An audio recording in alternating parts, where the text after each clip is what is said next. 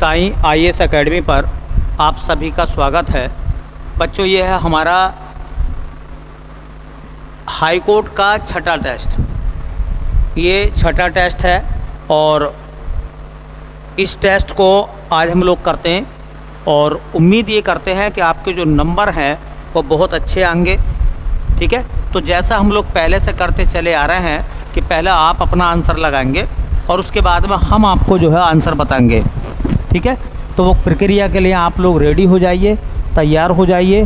ठीक है, और हाँ, जब आप क्लास पढ़ते हैं, क्लास देखते हैं, तो उसका संदेशा भी हमारे पास तक पहुंचा दीजिए। ठीक है, कि आपके कितने क्वेश्चन जो हैं वो सही हुए हैं। ठीक, तो बेटा चलते हैं पहले सवाल की तरफ। और आज का पहला सवाल आपके लिए ये है, 84 बैसलवन की वार्ता किसकी रचना है? ऑप्शन ए में गोस्वामी तुलसीदास, ऑप्शन बी में गोपाल नाथ, ऑप्शन सी में नाभादास, ऑप्शन डी में गोस्वामी गोकुल नाथ। 84 बैसलवन की वार्ता किसकी रचना है? आप अपना आंसर लगा सकते हैं। आपको मिलते हैं 5 सेकंड। ठीक है, तो option A, option B, option C, option D, कौन सा ऑप्शन सही है यह आपने बेटा लगा लिया होगा अब तक। ठीक है, तो इसका सही आंसर डिक्लेयर करते हैं हम गोस्वामी गोकुल नाथ। गोस्वामी गोकुल नाथ की जो रचना है, इनकी जो पुस्तक है, उस पुस्तक का नाम है बेटा 84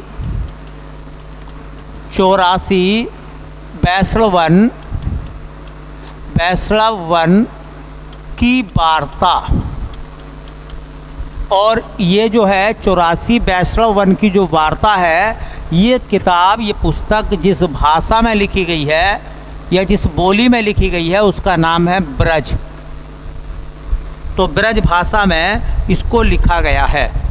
हिंदी के अंदर ब्रज भाषा जो बोली है उसमें इसको लिखा गया है। ठीक है, चलिए बेटा चलते हैं क्वेश्चन नंबर दूसरे की तरफ। कह रहे हैं कि वर्तनी की दृष्टि से निम्नलिखित में शुद्ध शब्द है।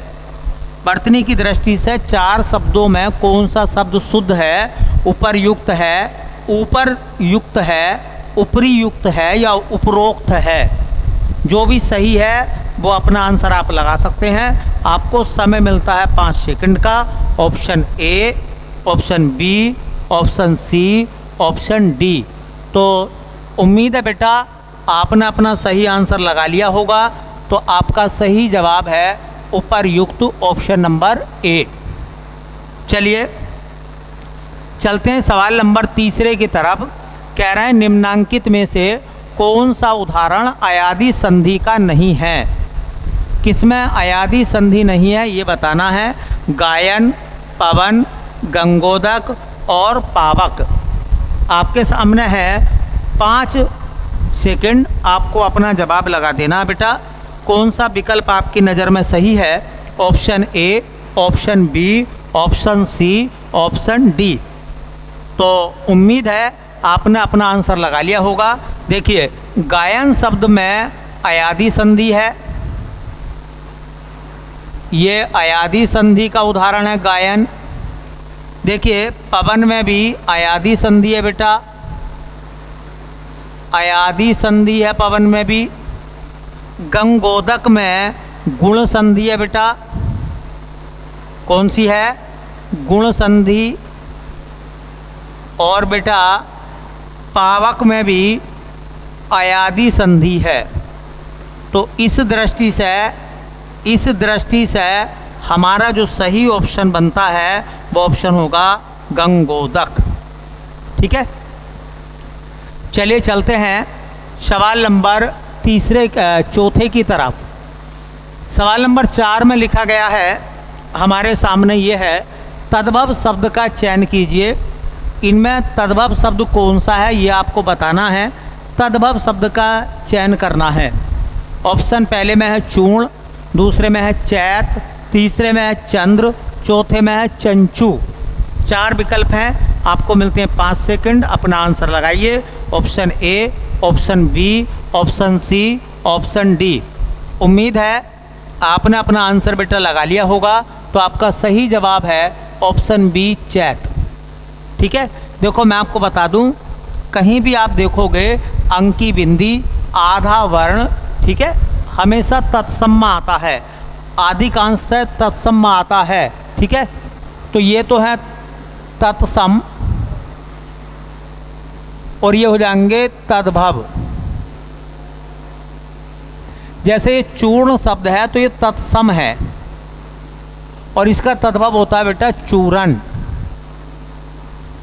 ये चैत शब्द जो है ना, चैत, ये चैत शब्द जो है वो तद्भव है बेटा और इसका तत्सम होता है चैत्र। ये जो चंद्र शब्द लिखा हुआ है ये तत्सम है बेटा और इसका होता है चांद। ये चंचू लिखा गया है बेटा तो चंचू तत्सम है और इसका तद्भव होता है बेटा चोंच। क्या होता है? चोंच। ऐसे ही एक तत्सम मिलेगा आपको कुक्षी और कुक्षी शब्द का तद्भव होता है बेटा कोख। कोख। ठीक है, तो इस तरह से ये जो मैंने आपको कुछ जानकारी दी है ये भी अपनी डायरी में आप नोट डाउन कर लीजिए, आपके लिए इम्पोर्टेंट है। ठीक है, आगे चलते हैं बेटा अगले सवाल की तरफ। कह रहे हैं जिस विकारी शब्द के प्रयोग से हम किसी वस्तु के विषय में कुछ विधान करते हैं, मतलब बताते हैं, उसे कहते हैं। क्या कहते हैं बेटा उसको? 4 विकल्प हैं, संज्ञा, क्रिया, सर्वनाम, विशेषण। दोबारा पढ़ लेते हैं सवाल। जिस विकारी शब्द के प्रयोग से हम किसी वस्तु के विषय में कुछ विधान करते हैं उसे कहते हैं संज्ञा, क्रिया, सर्वनाम, विशेषण। 4 विकल्प हैं बेटा आपके सामने, अपना आंसर आप 5 सेकंड में लगा सकते हैं। Option A, option B, option C, option D. ठीक है, तो बेटा सही ऑप्शन जो है इसका, सही ऑप्शन जो है इसका वो आएगा आपका ऑप्शन नंबर बी, क्रिया। उसे क्या कहते हैं? ऑप्शन बी मतलब क्रिया कहते हैं उसको। चलिए अगला सवाल क्या कह रहे हैं? कह रहे हैं कि राम ने बाण से रावण को मारा, वाक्य में बाण से में कौन सा कारक है?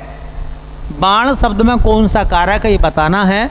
कह रहे हैं करण कारक है, कर्म कारक है, संप्रदान कारक है या फिर अपादान कारक है। 4 विकल्प आपके सामने मौजूद हैं और आपको मिलते हैं सोल्व करने के लिए मात्र 5 सेकंड। अपना जवाब दीजिए। ऑप्शन ए सही है, ऑप्शन बी सही है, ऑप्शन सी सही है, ऑप्शन डी सही है। ठीक है, तो देखिए इसका सही जो जवाब है बेटा वो यह है करण। करण कारक का उदाहरण है। देखिए राम ने, तो राम कौन हो गया? कर्ता। कर्ता कारक है राम। रावण चूंकि मरा तो मारने का प्रभाव किस पर पड़ा? रावण पर, तो रावण हो गया कर्म कारक। अच्छा, जिस साधन से, जिस हथियार से रावण को मारा गया है वो साधन या हथियार है बाण और जो साधन होता है वो होता है करण। तो ये हो जाएगा आपका करण कारक। ये हो जाएगा बेटा क्या? करण कारक। करेक्ट। चलते हैं अगले सवाल की तरफ और ये आपका इम्तिहान है। ठीक है, बहुत अच्छे सवाल हैं, हाई कोर्ट के लिए इम्पोर्टेंट है। देखिए साहब, ये कह रहे हैं भैया अगले सवाल में हमसे कि जवाब देना हमें, इनमें धनुष का पर्यायवाची कौन सा नहीं है? धनुष शब्द का पर्यायवाची कौन सा नहीं है? 4 विकल्प हैं आपके सामने बेटा, कोदंड, चाप, सरासन, है ना, और कहते हैं सर। 4 विकल्प हैं आपको समय मिलता 5 सेकंड का। अपना आंसर लगाइए बेटा जल्दी से। Option A, option B, option C, option D. क्या आंसर आपका सही है? तो उम्मीद है आपने आंसर लगाया होगा। ये सर जो है ये बाण का पर्यायवाची नहीं है बल्कि ये तीर शब्द का पर्यायवाची है। इसका अर्थ होता है तीर। कोदंड, चाप और धनु, सरासन, ये सबके सब पर्यायवाची हैं धनुष के। इम्पोर्टेंट है, याद कर लीजिए, कभी कल बाद में फिर आप कहो कि भैया धनुष शब्द के पर्यायवाची आए और हमसे ना लिखे गए। पेपर में कभी आप बोलो कि भैया धनुष शब्द के पर्यायवाची आए और हमसे ना लिखे गए, इसलिए याद कर लो जी, रट्टा मार दो। सरासन 1, चाप 2, कोदंड 3, धनु 4, बस इससे काम चल जाएगा, है ना। इसका अर्थ होता है सर प्लस आसन। सर जिस पर बैठता है, बाण जिस पर बैठता है वो क्या है? धनुष है। ठीक है, चलिए क्वेश्चन नंबर 8 की तरफ चलते हैं। और क्वेश्चन नंबर 8 में ये कहा गया है हमसे कि निम्नलिखित में से एक युग्म विपरीत अर्थक है, उसे चुनिए। 4 विकल्प हैं, विलोम बताना है। अमृत पानी, सरल गरल सुधा, खाली भारी, साफ स्वच्छ। एक विलोम शब्द का जोड़ा करेक्ट है, वो बताना है 5 सेकंड में। Option number A, option B, option C, option D, क्या सही है? उम्मीद है बेटा आपने अपना आंसर चूज कर लिया होगा, तो उसका सही आंसर होगा गरल का सुधा। देखिए गरल का मतलब होता है बेटा विष, और सुधा का अर्थ होता है अमृत। ये भी मैं आपको नॉलेज के लिए बता दूं। तो अमृत का पानी नहीं होता विलोम, अमृत का सही विलोम क्या आएगा बेटा? तो वो आएगा विष। खाली का भारी नहीं होता, खाली रिक्त होता है।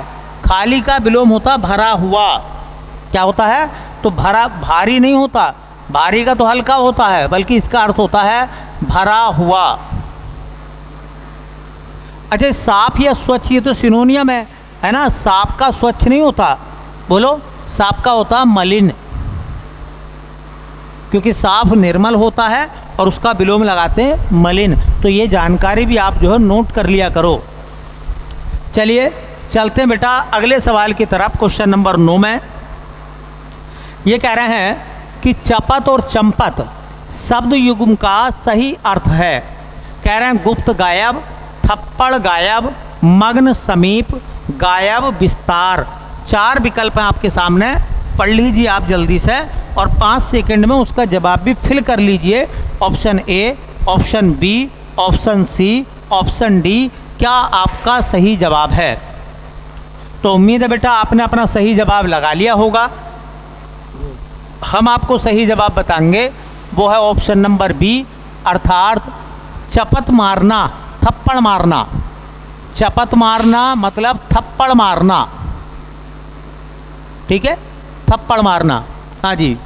और चंपत क्या है? किसी चीज़ को लेकर गायब हो जाना, भाग जाना। तो चंपत होना, गायब होना, ये जरूर देख लें। कोई ना कोई समुच्चारित भिन्नार्थक शब्द हम आपके लिए टेस्ट में रख रहे हैं, आने की पूरी संभावना है हाई कोर्ट के किसी भी एग्ज़ाम में, ठीक है। चलिए अगला क्वेश्चन लिखा हुआ है, क्वेश्चन नंबर 10 में कह रहे हैं कि आवश्यकता से अधिक किसी वस्तु से कुछ ग्रहण न करना क्या कहलाता है? अपरिग्रह, अपरिग्रह, परिग्रह, इंद्रिय, इंद्रियन, इंद्रिय निग्रह। 4 विकल्प हैं, क्या सही जवाब होगा ये आप देखिए और अपना जवाब 5 सेकंड में लगाइए। क्या इसका आंसर आना चाहिए? Option A, option B, option C, option D, ठीक है। तो क्या इसका आंसर होगा भैया? देखिए, तो इसका सही आंसर है, मैं आपको बता दूं, ये वाला अपरिग्रह लगेगा, ये वाला, ये ग्रह वाला नहीं लगेगा, बल्कि ये वाला अपरिग्रह लगेगा। और इसका अर्थ होता है आवश्यकता से अधिक धन न रखना। आवश्यकता से अधिक धन न रखना, आवश्यकता से ज़्यादा कुछ नहीं रखना, चाहे वो धन हो या बाकी चीज़ें हों, कुछ ना रखना, वो अपरिग्रह कहलाता है, ठीक है, अपरिग्रह। चलिए अगला सवाल क्या कह रहे हैं, अच्छा सवाल है अगला, और इसमें बोला गया है कि निम्नलिखित में से लक्ष्य शब्द का अनेकार्थी शब्द नहीं है। लक्ष्य का कौन सा शब्द नहीं है अनेकार्थी, ये आपको बताना है।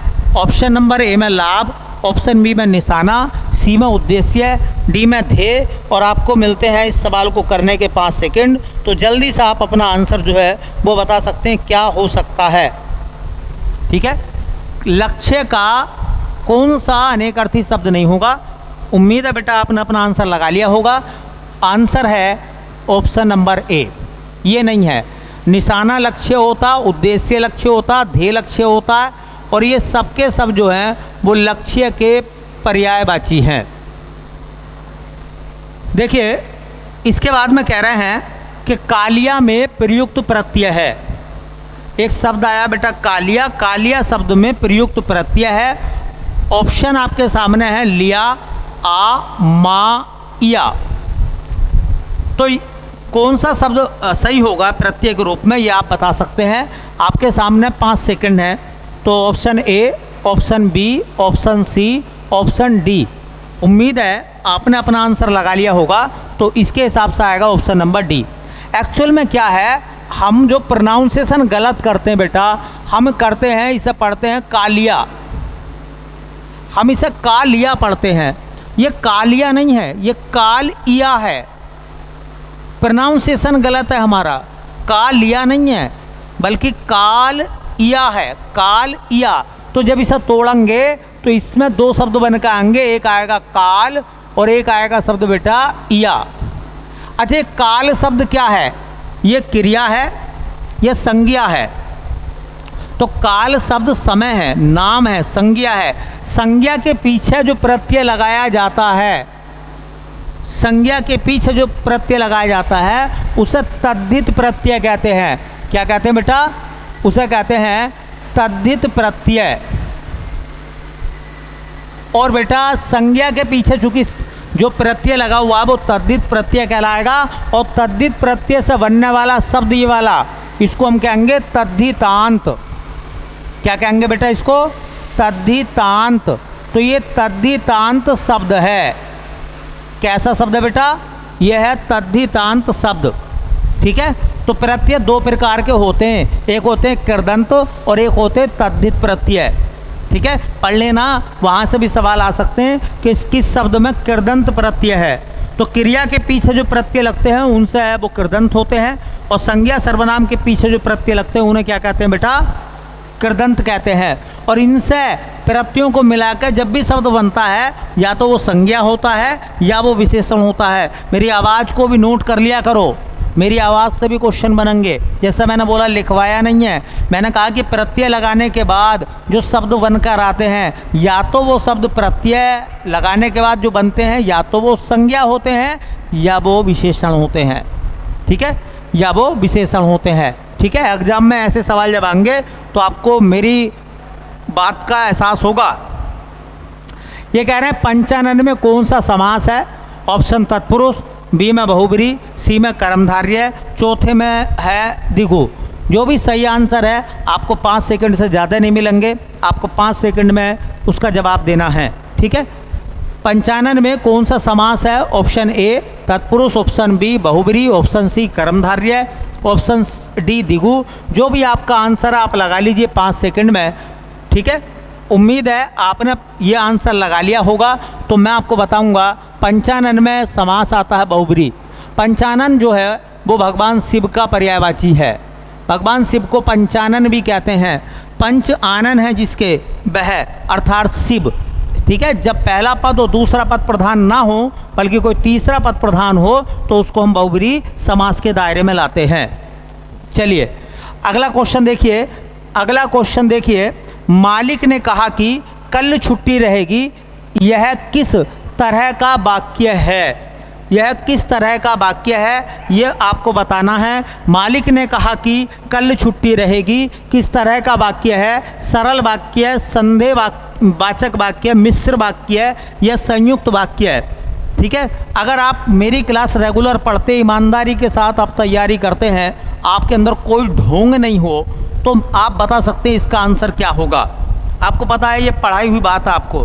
ठीक है, ये बात आपको बता दी है, ये पहचान बता दी है। ठीक है, तो कौन सा वाक्य होना चाहिए?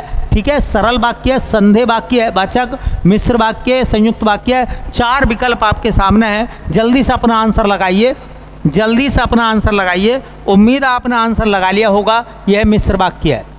मिश्र वाक्य में मैंने बताया था जैसा डॉट डॉट वैसा, ठीक है, जो डॉट डॉट वह, यद्यपि डॉट डॉट तथापि, क्योंकि, कि, अगर ऐसे कंजक्शन बीच में आते हैं तो वो मिश्र वाक्य बनता। मैंने पहचान बताई थी मिश्र वाक्य की। अगर आप पढ़ रहे हैं, पिछली क्लासों को आपने पढ़ा है मेरी, तो जितने भी मिश्र वाक्य के कंजक्शन हैं वो तुरंत जो मैसेज बॉक्स है उसमें लिख के मेरे पास भेजें। कितने बच्चे लिख के भेजते हैं, देखते हैं उनको कि जो कंजक्शन है मिश्र वाक्यों की पहचान के वो कौन कौन से हैं। जैसे इसमें एक कंजक्शन आया था की, ठीक है, तो कमेंट करके बताइए कौन कौन से हैं, लिख के बताइए, तब पता चलेगा कि हाँ आप जानते हैं नहीं जानते। निम्नलिखित विकल्पों में से शुद्ध वाक्य चुनिए। 4 विकल्प हैं, आसान सा है। पहले में लिखा है राजा दशरथ के 3 रानियाँ थीं। राजा दशरथ को 3 रानियाँ थीं। राजा दशरथ की 3 रानियाँ थीं। राजा दशरथ के लिए 3 रानियाँ थीं। 4 विकल्प हैं, जो भी सही हो जल्दी से लगाइए 5 सेकंड में। Option A, option B, option C, option D. उम्मीद है बेटा आपने अपना आंसर लगा लिया होगा। तो इसका सही आंसर है राजा दशरथ की, ये दशरथ की 3 रानियाँ थीं। दशरथ की 3 रानियाँ थीं, दशरथ के नहीं, दशरथ की 3 रानियाँ थीं, ठीक है। तो इसमें की कंजक्शन जो है वो सही आएगा, ऑप्शन नंबर सी। कह रहे हैं 1000 वर्षों के समूह के लिए एक शब्द प्रयुक्त है। 1000 वर्षों का समूह क्या कहलाता है? 1000 वर्षों का जो समय है उसका एक समूह वाचक शब्द आपको बताना वो क्या कहलाता है। ऑप्शन ए सती, ऑप्शन है सहस्राब्दी, ऑप्शन है शताब्दी, ऑप्शन है दशाब्दी। 4 विकल्प हैं, जल्दी से अपना आंसर लगा दीजिए 5 सेकंड में। Option A, option B, option C, option D, ठीक है। तो आपने बेटा अपना आंसर लगा लिया होगा, ऑप्शन नंबर बी। सहस्राब्दी का मतलब है हजारों वर्षों का समय, हजारों वर्षों का समय। और ये जो लिखा शताब्दी, ये होता है बेटा 100 वर्षों का समय, 100 वर्षों का समय।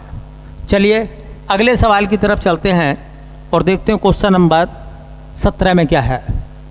कह रहे हैं कि वाच्य होते हैं, बताया है आपको।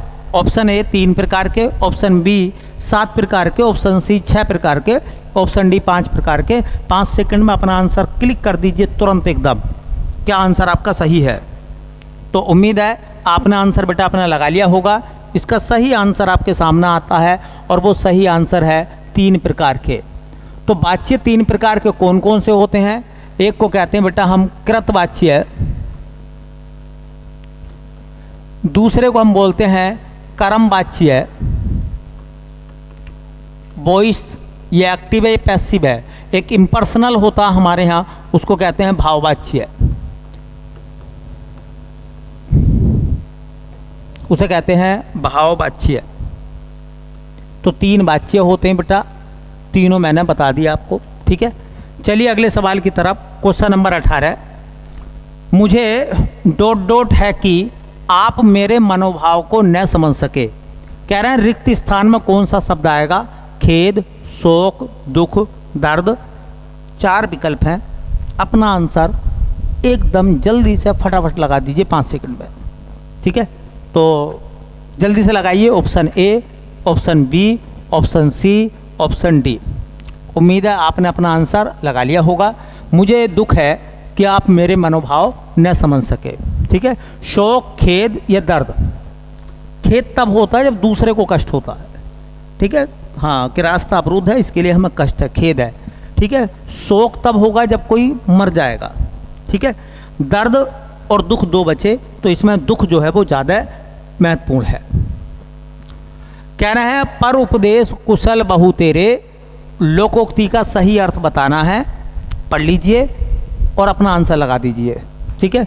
जबरदस्ती करना, सब कुछ रुका रहना, दूसरों को उपदेश देने में अनेक लोग कुशल हैं, कुशल मंगल होना। 4 विकल्प हैं, option A, option B, option C, option D. क्या ऑप्शन सही होगा? तो बेटा इसका सही ऑप्शन होगा कौन सा? Option number C. कह रहे हैं पर मतलब दूसरों को उपदेश, दूसरों को उपदेश देना। कुशल बहु तेरे, बहुत सारे लोग दुनिया में ऐसे हैं हाँ जो दूसरों को उपदेश देने में अनेक लोग कुशल हैं। दूसरे को उपदेश देना आसान भी है ना। आपको भी लगता होगा कि इस YouTube की दुनिया में तमाम लोग ज्ञान बांट रहे हैं, और जब इतने लोग ज्ञान बांट रहे हैं, इतने ज्ञान है दुनिया के पास में, तो फिर दुनिया अच्छी क्यों नहीं है ना? दुनिया में सब कुछ अच्छा क्यों नहीं है? इसका मतलब यह है कि लोगों को ज्ञान बांटा जा रहा है, ठीक है। दूसरे के लिए दूसरे अप्लाई करें, दूसरे इसको अपनाएं, ठीक है। अपने ऊपर कोई नहीं अप्लाई कर रहा, ठीक। तो मतलब यह है कि ज्ञान बांटने में बहुत लोग कुशल होते हैं, ठीक है। ये काम आसान होता है, इसमें कोई ज़्यादा बड़ी बात होती नहीं है, लेकिन उस ज्ञान पर चलना बड़ा मुश्किल काम होता है, ठीक है। तो ज्ञानी दुनिया है, चलना कोई नहीं चाहता, सीधी सी बात है, ठीक है। तो वही वाली बात है कि पर उपदेश कुशल बहु तेरे। कह रहे हैं स्थायी भाव से उत्पन्न और विलीन, यह है स्थायी भाव में उत्पन्न और विलीन होने वाले भाव।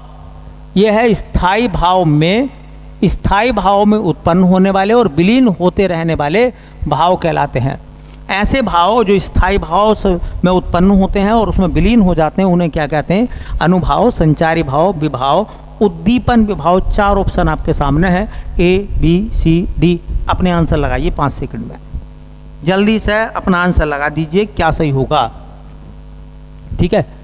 तो बेटा इसका सही आंसर है संचारी भाव। संचारी भाव हमारे मन में पैदा होते हैं।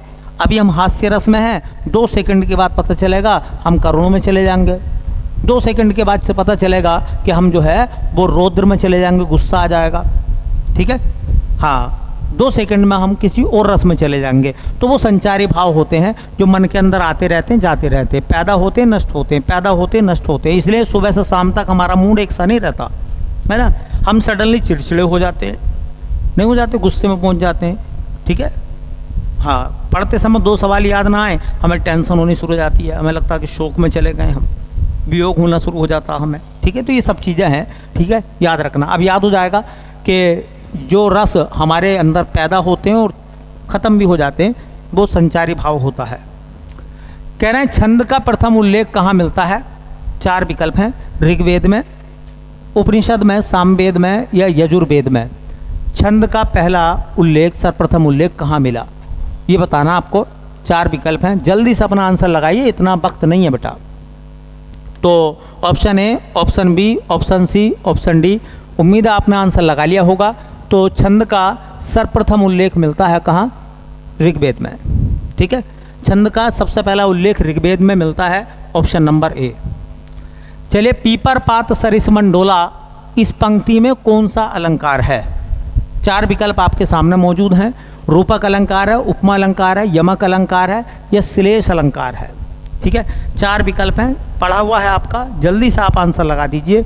Option A, option B, option C, option D, ठीक है। उम्मीद है आपने अपना आंसर लगा लिया होगा बेटा। तो इसका सही आंसर है उपमा अलंकार। देखो, उपमा अलंकार की पहचान ये है कि सा, सी, से, समान, सदृश, सरिस, ऐसे शब्द आएंगे और 2 चीज़ों की तुलना होगी। तो इसमें क्या है? देखो, पीपर पात, पीपल के पत्तों के, सरिस मतलब समान, मन डोला, मन डोल लिया है, कभी इधर कभी इधर, कभी इधर कभी इधर। तो जिस तरह से पीपल के पत्ते डोलते हैं, ऐसे हमारा मन डोल लिया है, ठीक है। ऐसे हमारा मन डोल लिया है। किधर जाएं? हाई कोर्ट की फिर तैयारी करें ना करें, करें ना करें।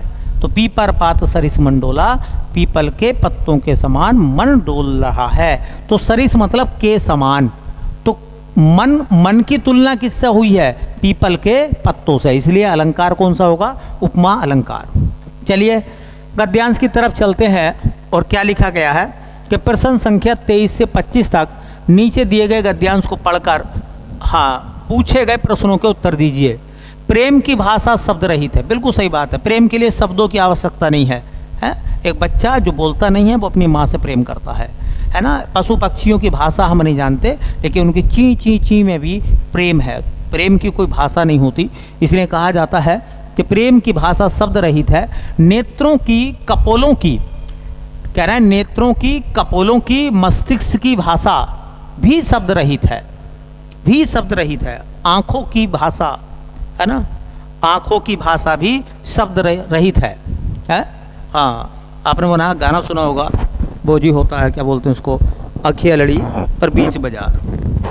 आँखों की भाषा, कपोलों की भाषा, मस्तक की भाषा भी शब्द रहित है। जीवन का तत्व भी शब्द से परे है। जीवन को शब्दों में नहीं बांध सकते आप।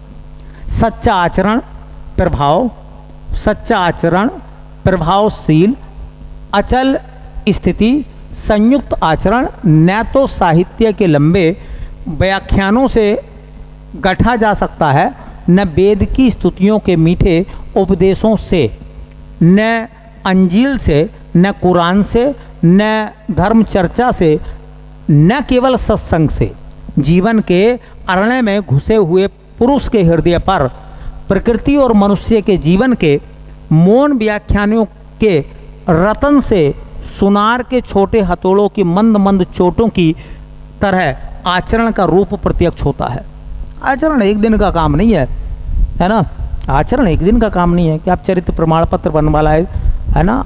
ये चरित्र प्रमाण पत्र है। चरित्र क्या है? चरित्र कहते हैं कि छोटी छोटी चीज़ों को मिलाकर आपका चरित्र बनता, कैरेक्टर बनता।